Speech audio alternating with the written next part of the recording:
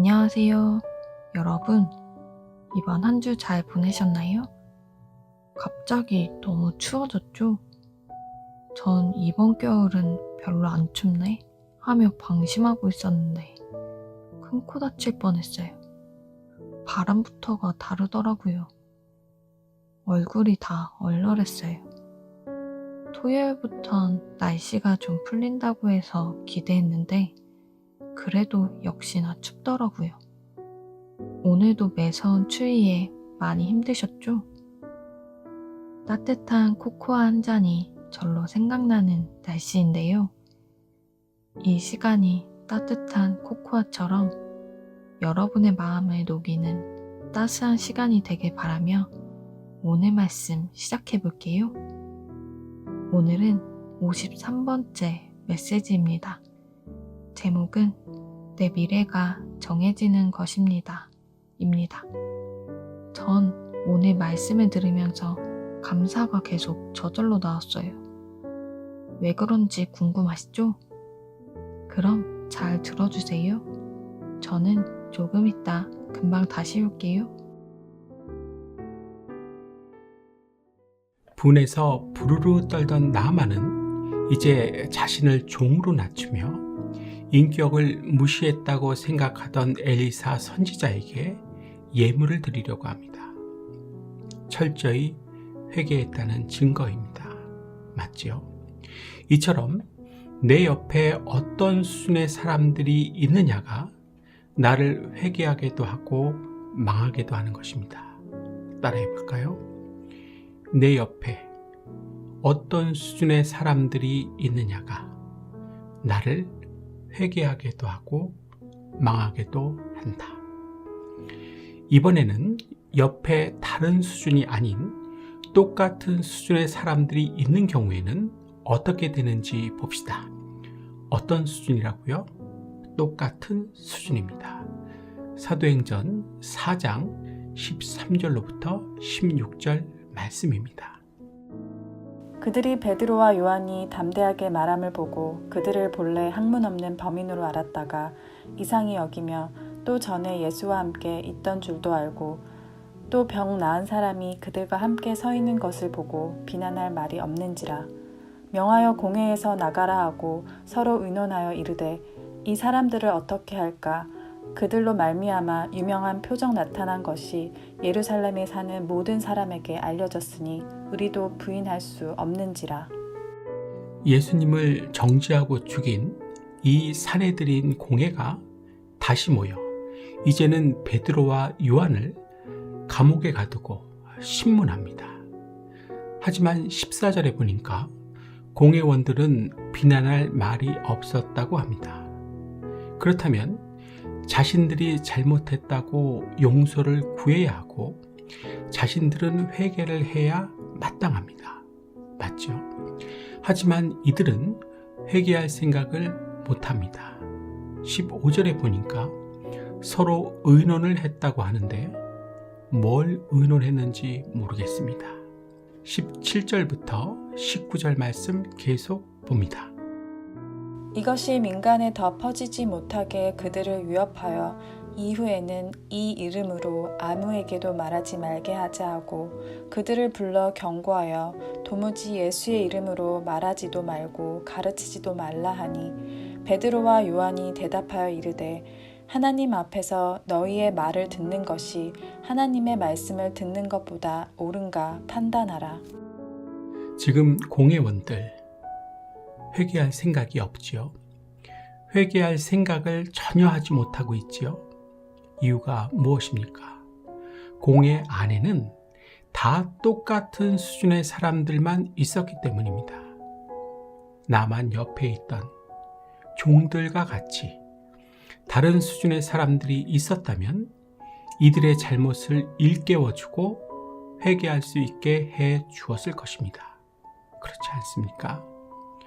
사랑하는 성도님들, 내 옆에 있는 사람이 정말 중요합니다. 내가 어떤 수준의 사람과 서로 의논하느냐가 매우 중요하다는 것입니다. 따라해 볼까요?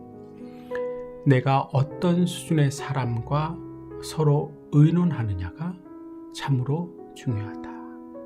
이것은 비단 회개의 문제에만 걸리는 것이 아닙니다. 회개를 하고 못하고의 문제를 뛰어넘어 내 인생을 내 뜻과는 관계없이 잔인하게 결정 내려줄 수 있는 문제입니다. 두렵죠? 맞습니다. 두려워해야 하는 것입니다. 사내들인 공회원들과 같은 사람들이 아니라 나만 장군의 종들과 같은 그러한 사람들이 내 옆에 있기를 축복합니다. 그런 사람들하고만 서로 의논할 수 있기를 축복합니다. 아마 여러분들께서는 러디어드 키플링이 쓴 정글북 이야기를 아실 것입니다. 이 이야기와 매우 유사한 일이 실제로 1920년 인도에서 있었습니다. 고아원을 운영하던 잘 싱그라는 분은 숲속에서 늑대에게 길러진 어린 여자아이 둘을 발견한 후 인간의 언어와 생각과 행동을 가르치려고 했는데 결국 실패했습니다. 한 명은 아말라, 다른 한 명은 카말라라는 인간의 이름을 붙여주고 노력했지만 끝내 늑대로 죽은 것입니다. 소위 정글북 이야기의 주인공 모글리의 이름을 딴 모글리 현상의 피해자들이 된 것입니다. 인간이 늑대와 함께 살아서 이렇게 된 것입니다. 인간 옆에 늑대가 있었기 때문에 이렇게 된 것입니다. 내 옆에 누가 있느냐? 내가 의논하는 사람이 누구냐가 이렇게 중요한 것입니다. 이래서 내 옆에 누가 있느냐는 회개를 하고 못하고의 차원이 아닌 내 인생을 이렇게도 저렇게도 정해줄 수 있는 결정적인 역할을 한다는 것입니다. 따라해 볼까요? 내 옆에 누가 있느냐가 내 미래를 정해준다. 사랑하는 성도님들, 이 시간 내 옆에 있는 사람들이 어떠한 사람들인지 확인해 보셔야 합니다. 내가 서로 의논하는 사람이 누구인지를 생각해 보셔야 한다는 것입니다. 하나님께서 지켜주실 수 있기를 축복합니다. 잘 들으셨죠? 참 귀한 메시지죠? 여러분들께서는 무슨 생각을 하시게 되셨나요? 저는 오늘 두 가지를 생각하게 되었어요. 첫 번째는 내 옆에 누가 있느냐가 내 미래를 정해준다는 말씀을 듣고 정말 다행이란 생각이 들었어요. 말씀 듣는 내내 감사와 아멘이 끊이질 않더라고요.